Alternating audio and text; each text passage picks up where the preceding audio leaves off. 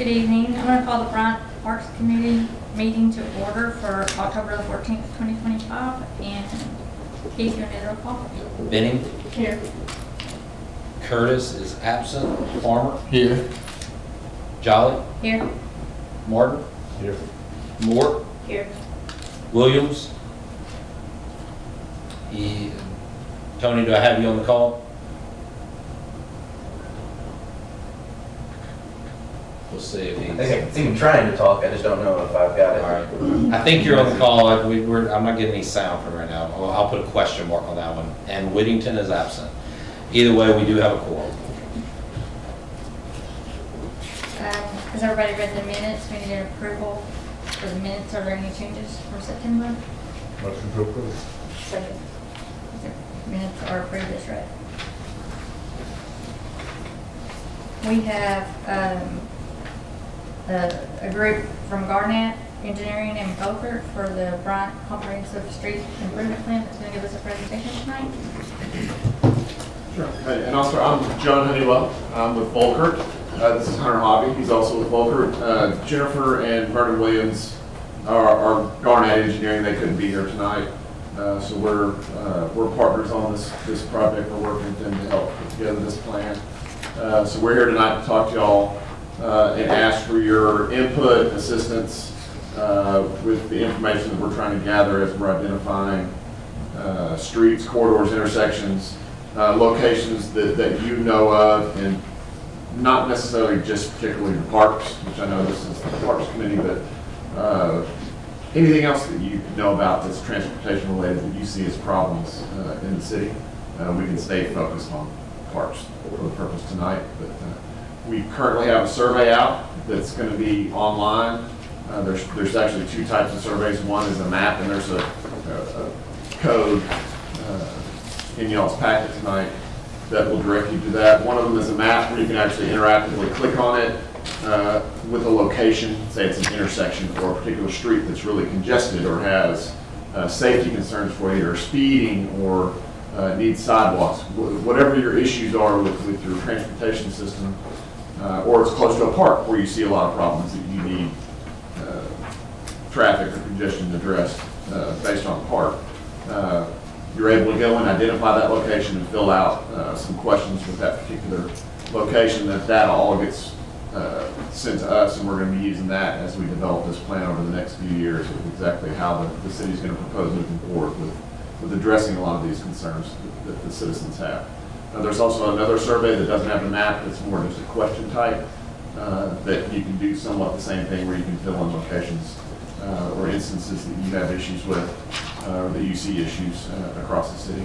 There's also some funding questions in there. That's going to be a big part of what we're doing. Not only are we going to identify and help prioritize what the city is going to be trying to do as far as their street systems are concerned, we're also asking the questions of how do the citizens, residents want to actually fund that, or what's their preferred way to fund. We know nobody really wants to fund it, but it's a necessary evil, and so which is the one that we're trying to get some idea of what people can feel is the best way to do it in their opinion, so we have some of that data available to us when we're coming together with this plan to present it to everyone. So I want to encourage all of y'all, if you have the time and the opportunity to fill out the survey, send this to folks you work with, family, anybody that you're able to.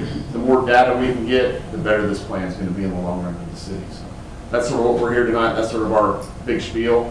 But we're happy to discuss. If y'all have some spots that you want to tell us about right now, or if you want to wait and send it to us later, we can do it either way. But we just want to open it up to y'all and just have a discussion about some of the things that y'all are seeing related to your transportation systems across the city.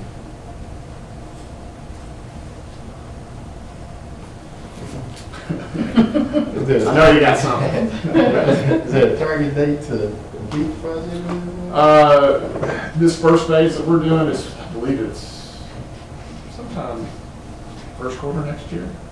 For phase one, it's more the data gathering, and we've got all of the pavement condition surveys that we have all that data, so we know are the pavement surfaces themselves in bad condition, bad shape, potholes, cracking, et cetera, et cetera.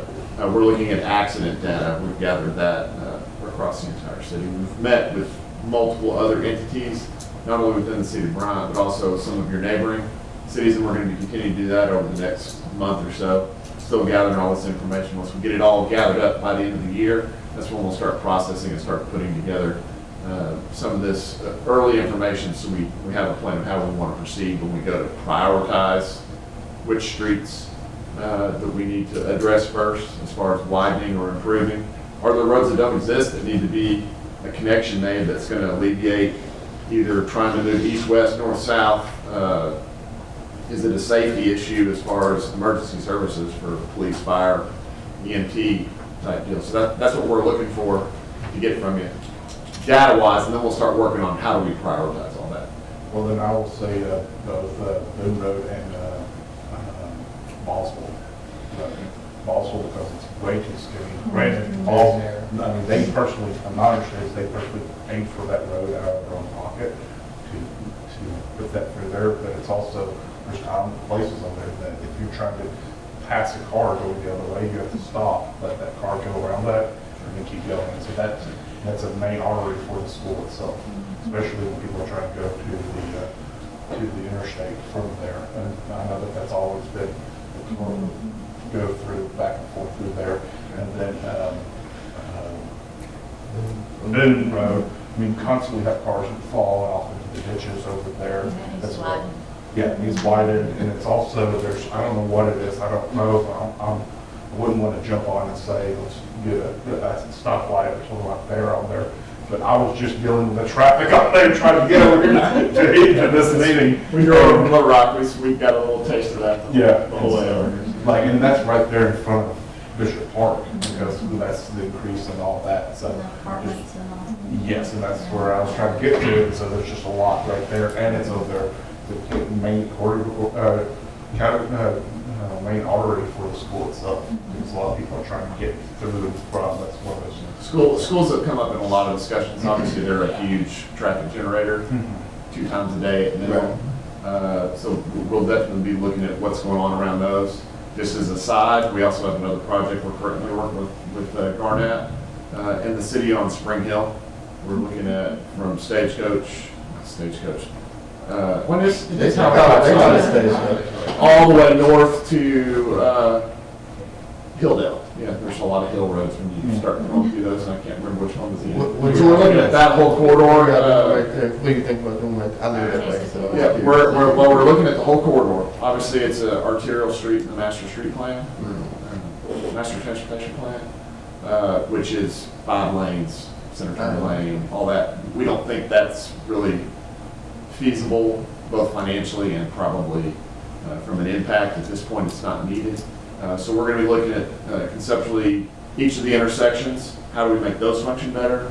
And then what cross-section of road is going to serve the city for the foreseeable future? Probably a 3-lane section. We've got 1 traveling each direction, the center turn lane, and either roundabouts or signalized intersections at 4 of the main intersections.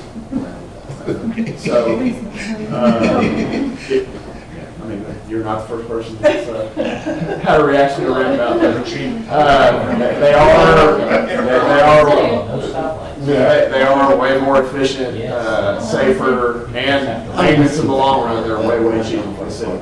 But we're looking at, we've already done counts. I know the school is at the very north end of Spring Hill at North Lake. That's going to be one of our primary locations. We're going to be concentrating on what's going on there and how do we make that function better, because not only Spring Hill is an issue, but North Lake, as things continue to grow, is what has been identified to us as something that's going to have even more traffic on it. So those are some of the areas that we're focused on right now, Spring Hill related. So I know we've looked through some of the parks plan. There's not a ton of parks, it seems like, in the north side. I don't know if there's plans to try to improve and expand, so that's some of the information we've looked at some of your proposed projects in the future. And I guess one of our questions was the dates and some of the stuff you have laid out there. Is that going to happen that way, or is it that a wish? That comes down to funding this way. Sure, yeah. That's why I asked the question. Yeah, the biggest thing that would impact impact traffic, there's probably the Midland Park expansion and the way that that ties into whatever the road ends up being that comes on the west side of Midland Park where it is expanded, which kind of ties into like the Kings Crossing neighborhood and things like that. So, but a lot of that, I mean, that's, you know, you're talking a $12 to $15 million project there that there's no funding for at this time. So, I mean, yeah, as far as timeline on that, that's still a ways away. But that's probably one of your bigger priorities as a Parks Department. As far as current land, now we're always looking at land because yes, the Bryant has grown north of the interstate and the parks are pretty much all the land in the south. So like as developments happen there, we're always looking at opportunities for other parkland there. But yes, I mean, I think right now you have Midland and Spring Hill are pretty much the two. I mean, we have a little pocket of land in the Kings Crossing neighborhood there, you know, but that's the only. It's not going to be a sports complex or something like that. No. It would be neighborhood type, yes, community type parks. Outside of what's already there at Midland, and then the soccer expansion there that's planned. So. We have a lot of that data already, but I just want to make sure there's something that's going to happen before that may impact sort of what we're looking at prioritizing. We need to do road improvements. Yeah, there wouldn't be anything that's in the immediate future for that. All right. What about any concerns with the existing parks as is, safety, volume, traffic, access? Our biggest concern safety-wise is lack of lighting. Can y'all produce it?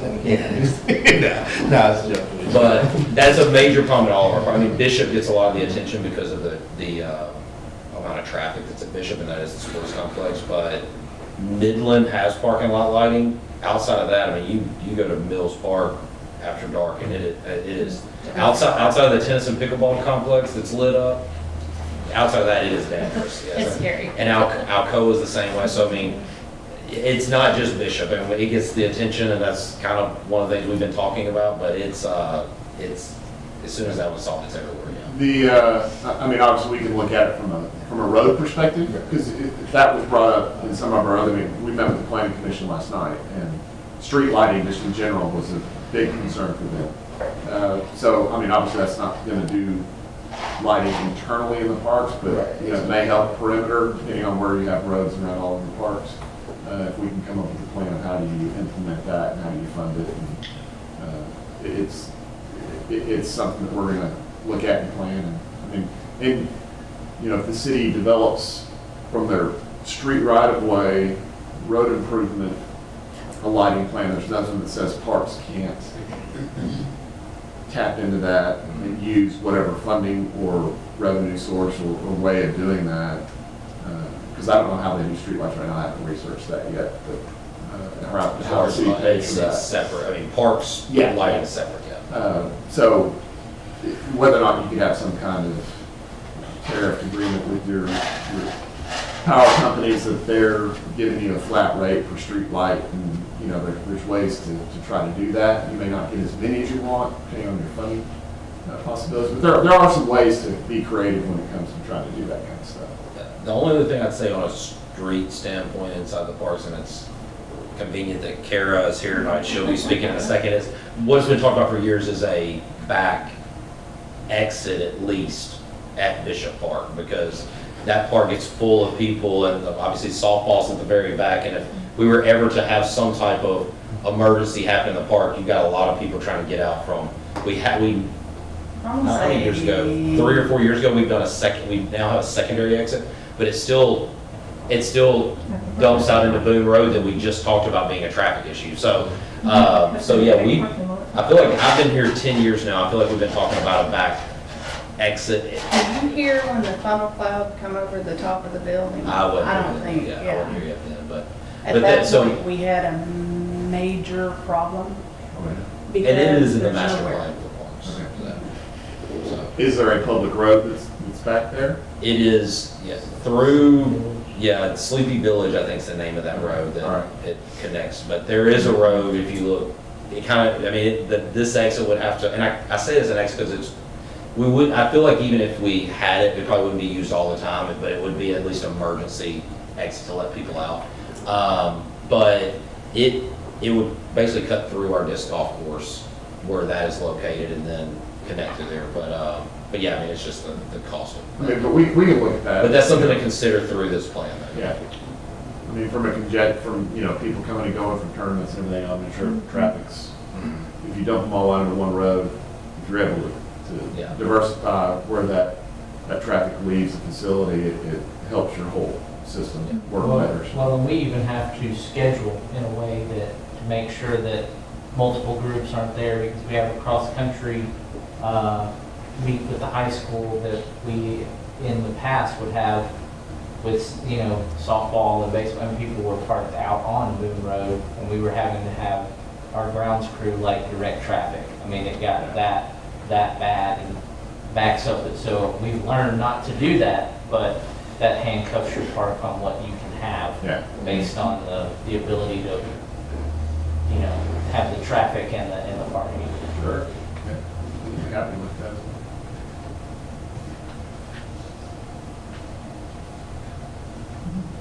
Anybody got anything else? All right. Thanks. Thank you all very much. Thank you very Once again, I much. encourage you Okay. to fill out it's quick and easy. And if you have any questions about anything or want any information on us, please let us know. We're guarding it. Thank you. Thank you. Thanks, Sean.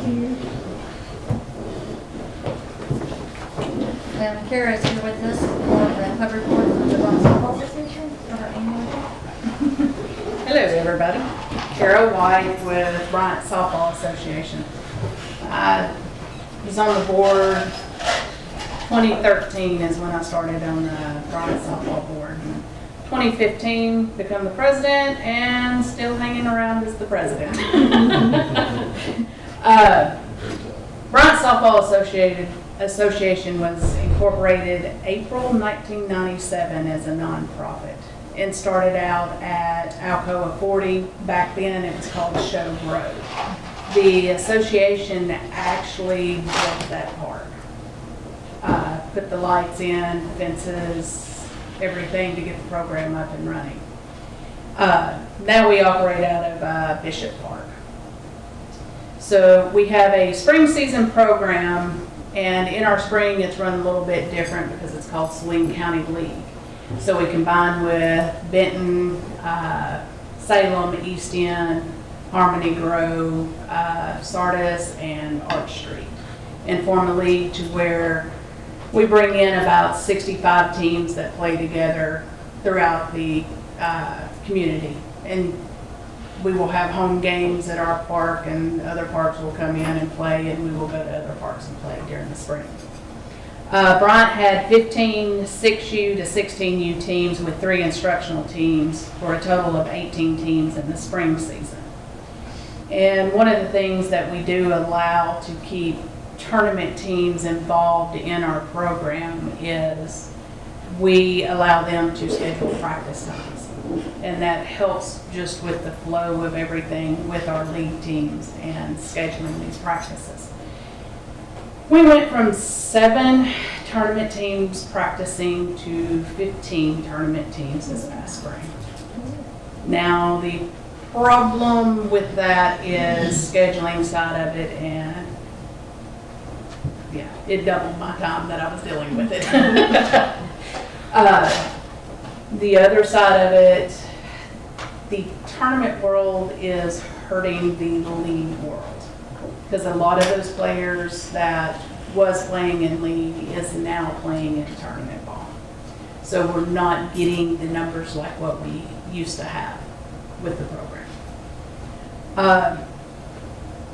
Then our fall season program, which tonight is wrapping up our last night of fall league, which is a 4-week league on Tuesday and Thursday nights.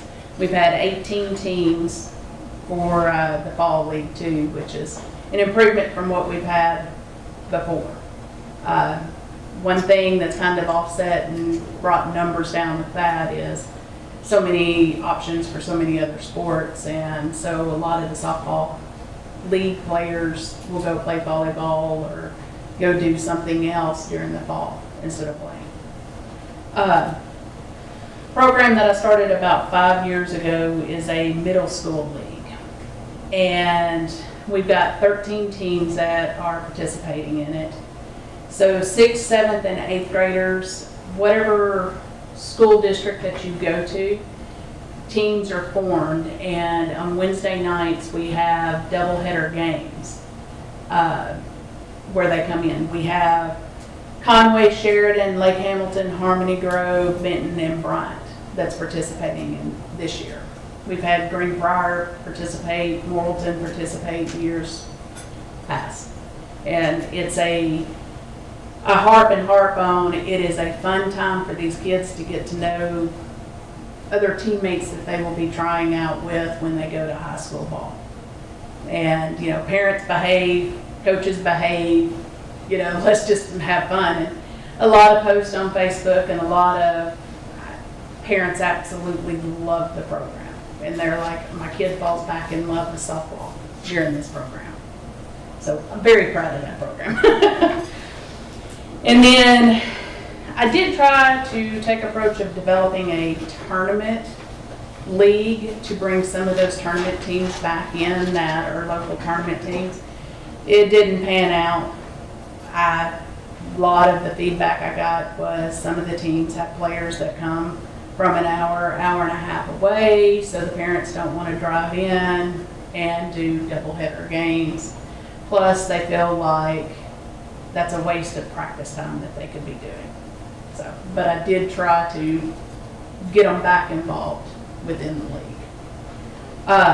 We did have a Lady Hornets softball camp that was held on October 6th. We used to have it probably 5 years ago. We used to always have a Lady Hornets camp where the high school team comes in and actually works with our young league players.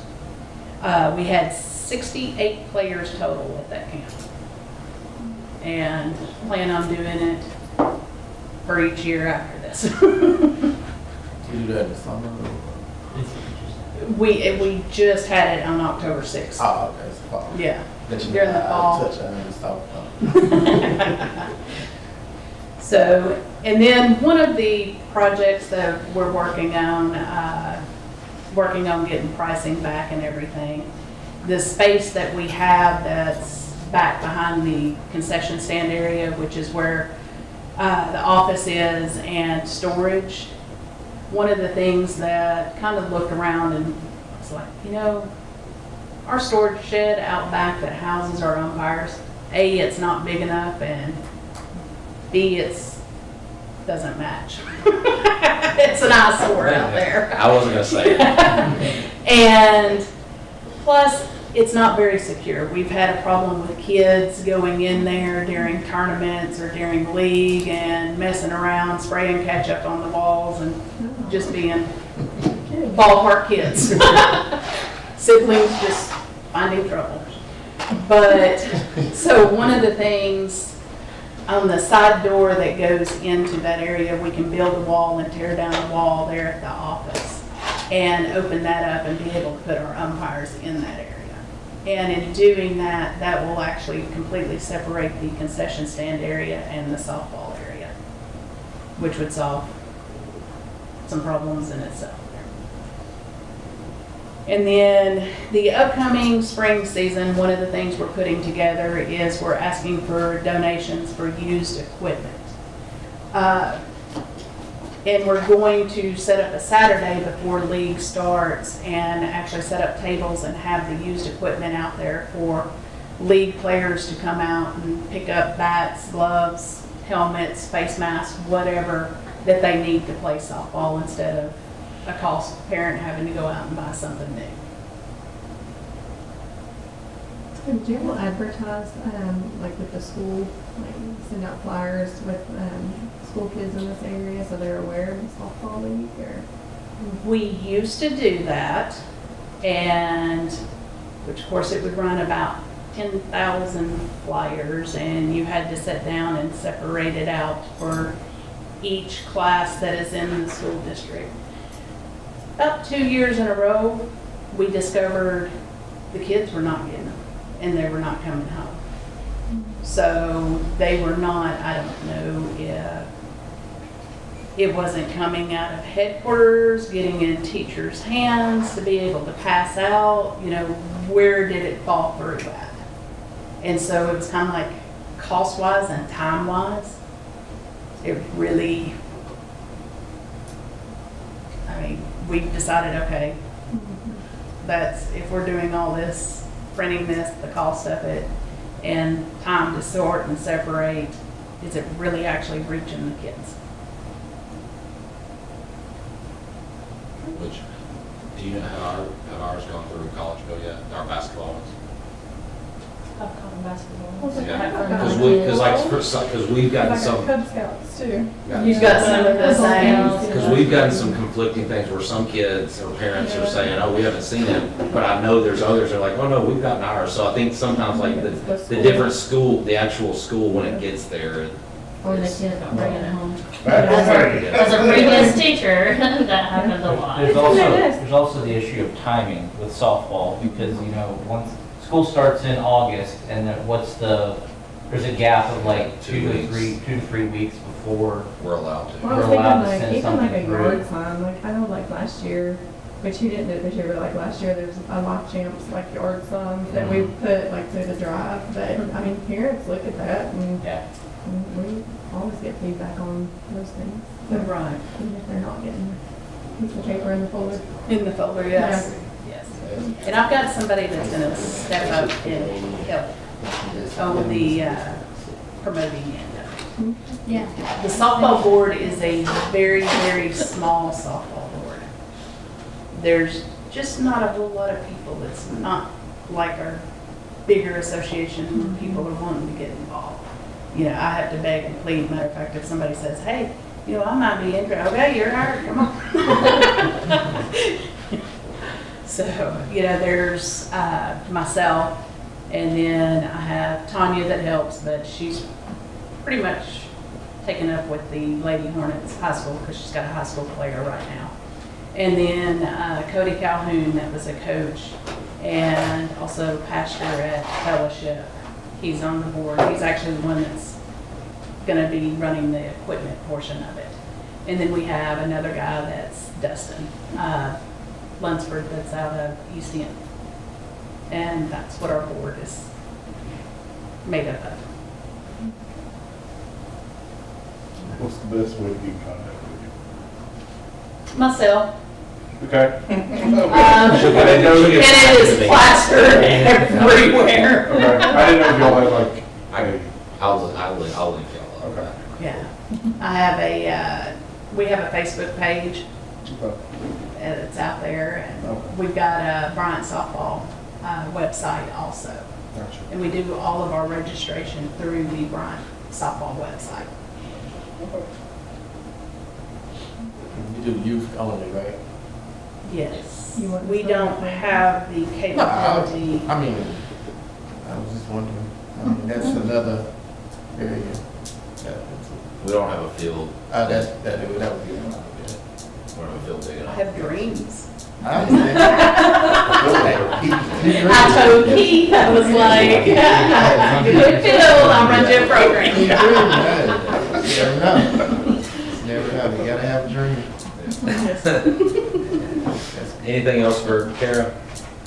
Thank you. Sounds like you're doing a good job. Thank you, Kara. Very committed. Thanks, Kara. Yeah, I think you started the same time I started. Yes. And it's a lot better now, I will say that much, here than it was. Yes, it is. Thanks, Karen. Thank you so much. Okay, director's report. All right, I am, I'll just give you all a second, if anybody, y'all had this in front of you, it was in the agenda, our director's report for last month. I do have a few things to add, but I'll give you all a second to ask me any questions over what's presented there, if you had anything. Super excited about the Mills Park stand thing behind. Oh, yes, yeah, yes, we do have,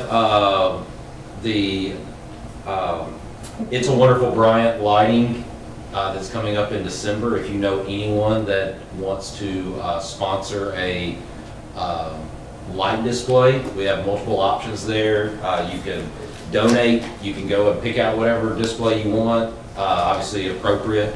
And donate that, and we'll display it with an advertisement, a little yard sign for your business or whatever you want that to be advertised as. Or I've had some that have also said, can I just give a monetary donation and y'all go pick it out for me, and we'll do that as well. So our goal this year is to be able to line the sidewalk between the two entrances at Mills Park. So kind of if you're driving there looking at it, what's in front of the tennis pickleball area. We want to be able to get enough displays to kind of have a little walk there that'll be. And so we're also going to have a tunnel of lights that has been sponsored by Jedediah Sawyer Tree Service. And as far as the event on the 4th, Crane Auto has sponsored that event, and they're also going to have a couple of vehicles that they're going to decorate a little bit out there. And so we'll have the lighting festival December the 4th, and then a week later we'll have a pickleball tournament out there as well. So, and we're just trying to kind of build up more holiday events and things like that during the season. So we will have that, and then also at the end of this month, on October 30th, we will have a trunk or treat out at Mills Park. So also, if you know anybody that wants to go out and give away candy, I think we have talked to Cassie today. I think we still have like 9 or 10 spots available for anyone that wants to set up a trunk and give away candy. And so, yeah, if you know anybody, put them in touch with me or Cassie, and we'll get them registered for either event. So we're excited to do some more stuff out there. Yes. What's the registration cost? For the trunk or treat, it is $25, and that's for if you're a business that wants to give away some, you know, if you want to give away any other information or do that as well. If it's just you say, hey, I just want to go out there and help out, I can pay for $25. That's really just so we have a commitment, really. It is a lot. I'm not trying to make money off of it. I just want to do it. I just want people to go, yeah, I'll be there, and then I show up. So I need some type of buy-in for it. Yeah. So I'll be there with my kids. Yeah. Please give them lots of candy because I need it. Yeah. So for the light displays, it is if you donate one, then obviously like you paid for it, you donated it. I mean, we do take ownership of it because eventually I want to be able to build up a full display throughout the Mills Park trails. But for the monetary donation, it's $250 for a small display and then $500 for a large display. So, yep. That's no longer put in. It'll stay up through through the holiday season. Yeah. So people can just go out there at night and walk through that. Those tennis pickleball lights stay on all night, or at least till they're done playing at like 11 o'clock. So I bet that's gonna look good. we're excited to get that started. Anything else before I go into a few things that I didn't have mentioned there? The full cover, it says early October. It's been installed now. Yeah, good. Yeah, the pool. Actually, honestly, I forgot to write that down. Yeah, it's been a long day. So yes, the pool cover has been installed. You can ride out to Mills Park and see it on there. So it fits. It's installed. So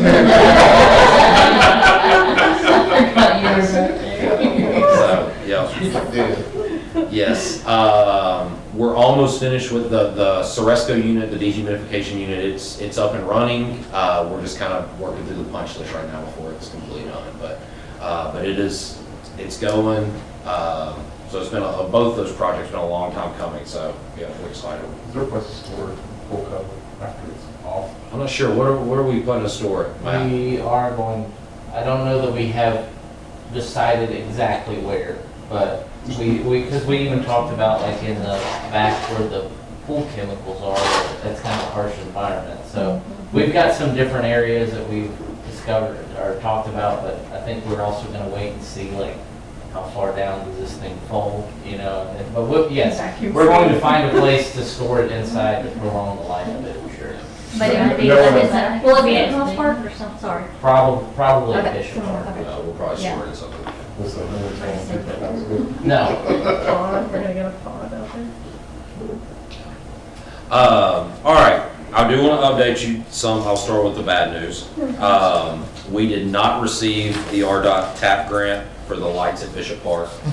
This is the second year now that we have applied and not received that. However, we are still waiting to hear back on the AEDC, Arkansas Community Assistance Grant. That's the one we applied for Bishop Park and Alcoa, lights at Alcoa Park, for that one. So we have not heard back on that one. That one was originally expected to hear back in August.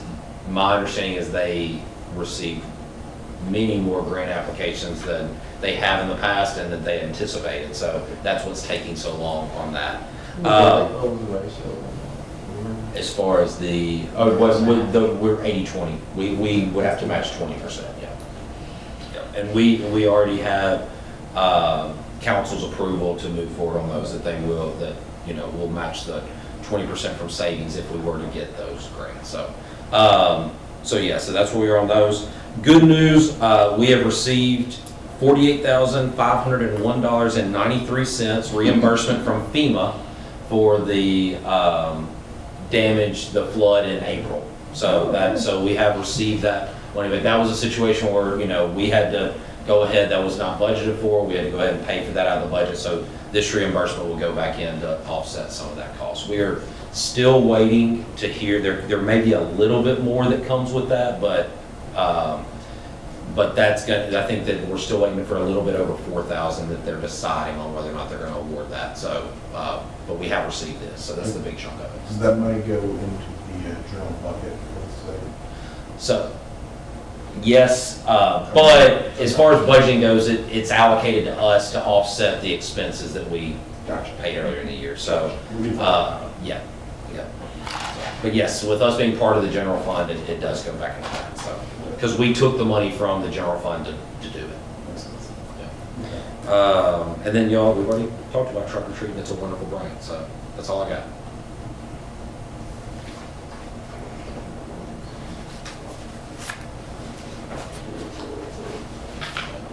Baseball tournaments, we're doing real good, we've been getting a lot. Is that a Sunday? They tournament again? A lot of Sunday only baseball. Yeah, I think they've discovered that with fall and just like what Kara was talking about, with girls, it seems like volleyball's become a big thing in the fall. And with boys, it's always been, but they're competing with football now. And a lot of these kids that play baseball all spring and summer, by the end of summer, they're tapped out on baseball and want to do something different. So they're playing football, and it's hurting the fall tournament numbers. The way to offset that is football's playing Saturday.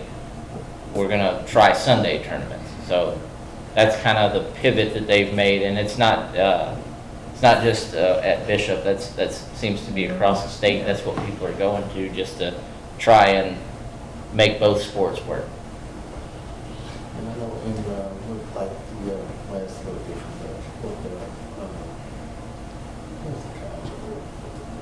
what the Lacrosse? lacrosse, yeah. I know they have, I know they have good data as it relates to scholarships and all that good stuff. And I was wondering, I wasn't going to ask her, but I was wondering if she had a connection as to see. I'm not sure how they they, well, I mean, it wouldn't be her, it would be like, as they matriculated to high school. I mean, that's something you can kind of put out there to say, hey, this is a developmental league, and we have girls that started in this league, right in high school, in high school, whatever, got scholarship. Her daughter's one of them. So. Any public comments? That was your public comment? No old business, new business? Committee comment? Motion to adjourn? Motion. All in favor?